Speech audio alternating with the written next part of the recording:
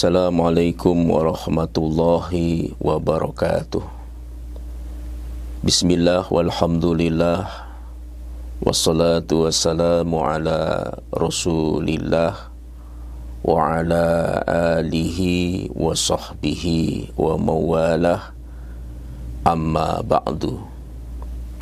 Para pemirsa dimanapun berada, selalu berbahagia, insyaallah masuk surga bersama keluarga, dan yang terpenting diridhoi oleh Allah Subhanahu wa ta'ala. Pada episode yang lalu kita telah membahas orang yang berdoa kepada Allah yang isi doanya hanya melulu menyangkut urusan dunia, urusan harta, urusan pangkat, urusan jabatan, kedudukan, dan lain sebagainya. Yang kedua ini kebalikan daripada pembahasan yang lalu, yaitu orang yang berdoa kepada Allah sedikit pun tidak ada urusan dunia. Semua yang diminta kepada Allah hanya urusan kehidupan akhirat saja. Jadi kebalikan dari yang episode sebelumnya. Kalau sebelumnya orang yang hanya melulu minta urusan dunia saja, tapi ini orang yang di dalam doanya hanya melulu permintaannya adalah kehidupan akhirat saja, sehingga dia abai akan kehidupan dunianya. Imam Ahmad meriwayatkan dari Anas radhiyallahu anhu, Rasulullah sallallahu alaihi wasallam pernah menjenguk seorang muslim yang dia itu sudah sangat kurus, pucat, lemah, kurang gizi, bahkan seperti anak burung yang mau mati. Jadi seorang muslim yang pucat pasi, kurus, kurang gizi, seperti anak burung yang mau mati. Ketika beliau menjenguk seorang muslim yang pucat, kurus, lemah, seperti anak burung yang mau mati, beliau bertanya, hal tad'ullah bisyai'in aw tas'aluhu iyyahu? Apakah engkau berdoa kepada Allah atau memohon sesuatu kepadanya? Itu pertanyaan Rasulullah sallallahu alaihi wasallam. Lalu si sakit itu menjawab, na'am ya Rasulullah. Apa doamu? Lalu si orang muslim tadi yang dijenguk itu menjawab, doa saya adalah Allahumma ma kunta mu'aqibi bihi fil akhirah fa'ajjiluhu li fid dunya. Ya Allah, jika engkau menetapkan siksaan kepadaku di akhirat, maka timpakan saja kepadaku lebih awal di dunia ini. Jadi isi doanya adalah, ternyata ketika dijenguk oleh Rasulullah, isi doanya, ya Allah, jika engkau menetapkan siksa bagiku di akhirat, maka percepat saja, timpakan kepadaku di dunia ini saja. Maka Rasulullah Shallallahu Alaihi Wasallam terkejut dengan doanya. Lalu beliau mengomentarinya, Subhanallah, la tatiquhu aw la tastati'u. Subhanallah, maha suci Allah, engkau tidak akan kuat atau tidak akan sanggup menerimanya. Subhanallah itu untuk meluruskan sesuatu yang tidak tepat. Inilah kadang-kadang kita tidak bisa membedakan, menempatkan kata subhanallah dengan masya Allah. Mestinya kita ucapkan masya Allah, kita ucapkan subhanallah. Mestinya subhanallah, kita ucapkan masya Allah. Makanya Rasulullah mengomentari subhanallah. Kenapa subhanallah? Karena ini ada sahabat berdoa, permohonannya hanya urusan akhirat saja, diabaikan dunianya. Di mana isi doanya, ya Allah, jika engkau menetapkan siksa bagiku di akhirat, maka percepat saja di dunia ini. Ini satu doa yang hanya mementingkan kehidupan akhirat, meninggalkan aspek dunianya. Sampai orangnya kurus, kering, pucat, pasi, kurang gizi, lemah, tidak bersemangat, pesimis, seperti anak burung yang mau mati. Maka Rasulullah mengomentarinya dengan Subhanallah, la tatiquhu aw la tastati'u. Subhanallah, engkau tidak akan kuat atau tidak sanggup menerimanya. Fahal qulta, maka Rasulullah mengajarkan, mengapa kamu tidak berdoa, Rabbana atina fid dunya hasanah wa fil akhirati hasanah wa qina adzabannar. Inilah yang diajarkan oleh Rasulullah Muhammad sallallahu alaihi wasallam. Ya Rabb kami, berilah kami kebaikan dunia dan kebaikan akhirat, dan hindarkan kami dari azab neraka. Akhirnya si sakit itu diajarkan dengan doa seperti itu. Ini yang istilah masyarakat digelari dengan doa sapu jagat, yaitu memohon kehidupan dunia yang hasanah, kehidupan akhirat yang hasanah, dan juga dihindarkan dari siksa neraka. Bukan berdoanya, ya Allah jika engkau menakdirkan kami disiksa di akhirat, maka siksa saja di dunia ini. Itu namanya berdoa hanya kepentingan akhirat, mengabaikan kehidupan dunianya.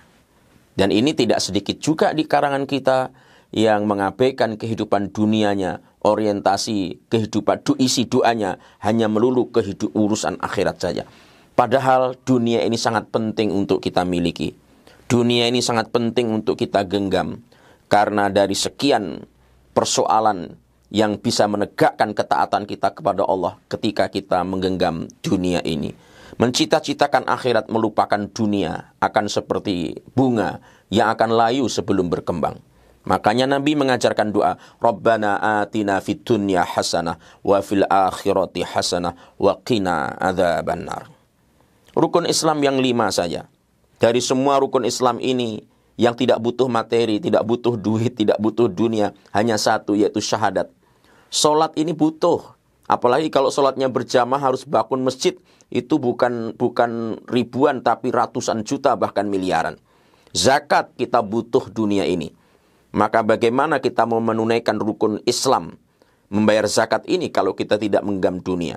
Puasa juga demikian, lebih-lebih ibadah haji yang biayanya ratusan puluhan juta. Oleh karena itu kita sulit untuk menghindari kehidupan dunia ini. Harus kita minta kebaikannya sebagaimana yang diajarkan oleh Rasulullah Sallallahu Alaihi Wasallam. Para pemirsa dimanapun berada, kehidupan hidup di akhirat, kehidupan kita nanti di akhirat itu ditentukan oleh kualitas hidup kita di dunia ini. Jadi dunia ini menentukan kehidupan akhirat kita. Jadi kalau ada seorang muslim hanya doanya urusan akhirat, dunia dibiarkan jatuh ke tangan orang lain, itu membahayakan, bahkan bisa membahayakan akidah. Makanya ada hadis, kadal faqru ayyakuna kufran. Kemiskinan itu sangat dekat dengan kekafiran. Kemiskinan itu sangat dekat dengan kekufuran. Orang akan mudah ingkar ketika dia dalam keadaan miskin. Sehingga dari pesan hadis ini kita diwajibkan untuk waspada terhadap kemiskinan. Karena disebabkan kemiskinan ini bisa saja akhirnya tergoda melakukan penyimpangan dan kemaksiatan. Betapa tidak sedikit seorang wanita harus menjual dirinya akibat kemiskinan. Begitu juga seseorang melakukan pencurian, bahkan menjadi profesi disebabkan karena tidak bekerja karena kemiskinan. Sebab kemiskinan bisa mengantarkan orang menjadi murtad, kufur kepada Allah Subhanahu wa taala. Dan ini sekaligus hadis menjadi peringatan bagi si kaya agar melaksanakan zakatnya, agar mempersempit jurang kesenjangan ini. Karena sangat bertolak belakang kadang-kadang. Ada orang berangkat pagi pulang sore peras ringat banting tulang, dapat 10.000 saja, itu sudah luar biasa syukurnya. Di satu sisi begitu ada berita orang berkorupsi miliaran rupiah, kita begitu paradoknya ini. Begitu bertolak belakangnya. Yang satu mencari 10.000 begitu susah. Yang satu miliaran bahkan triliunan uang dipakai berenang. Ini terjadi kesenjangan.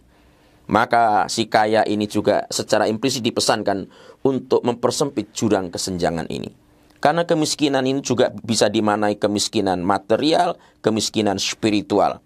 Ada juga yang orang kaya hartanya banyak, tapi spiritualitasnya rendah. Dia tidak memiliki sense of crisis. Dia tidak empati terhadap si miskin.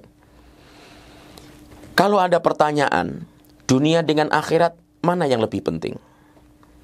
Maka kebanyakan yang lazim kita temukan adalah tentu kehidupan akhirat yang lebih penting. Kenapa akhirat lebih penting? Karena kekal, karena di sana kita hidup selama-lamanya. Padahal kehidupan akhirat itu ditentukan oleh kehidupan dunia. Nah, coba, kehidupan akhirat ditentukan oleh kehidupan dunia.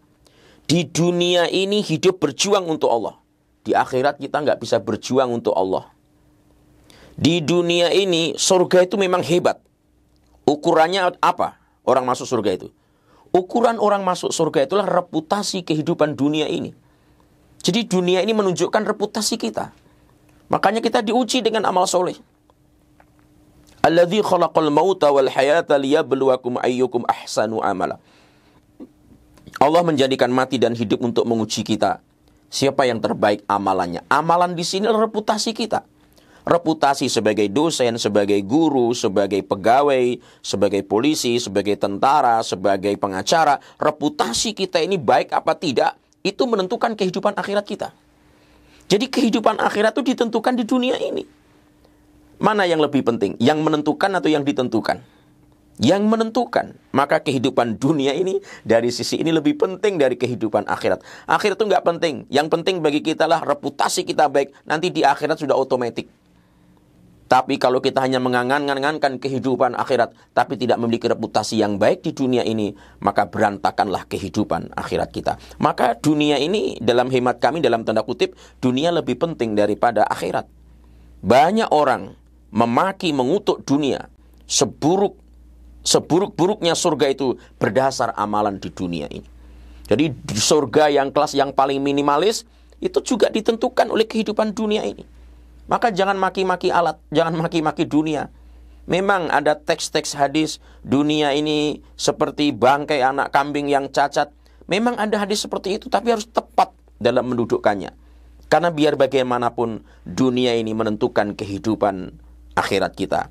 Betapapun minimalisnya surga di akhirat, tetap ditentukan oleh reputasi kita, kehidupan di dunia ini. Oleh karena itu, tepatlah jika Rasulullah mengajarkan satu doa, yang doa inilah yang kita anut sebagai kelompok yang ketiga. Bukan kelompok yang pertama yang dunia saja. Bukan kelompok yang kedua yang akhirat saja. Tetapi kita ingin berada di kelompok yang ketiga.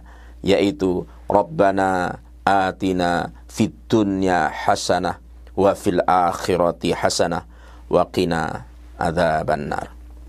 Mudah-mudahan ini memberi manfaat bagi kita semuanya.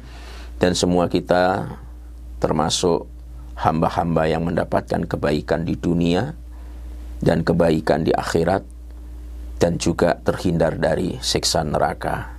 Dan mudah-mudahan semua kita bisa berjumpa dalam keadaan diridhoi oleh Allah Subhanahu wa Ta'ala. Selamat beraktivitas, tetap taat protokol kesehatan di masa pandemi ini dalam rangka ikhtiar jaga diri. Demikian, mohon maaf. Wallahu waliyul muttaqin. Assalamualaikum warahmatullahi wabarakatuh.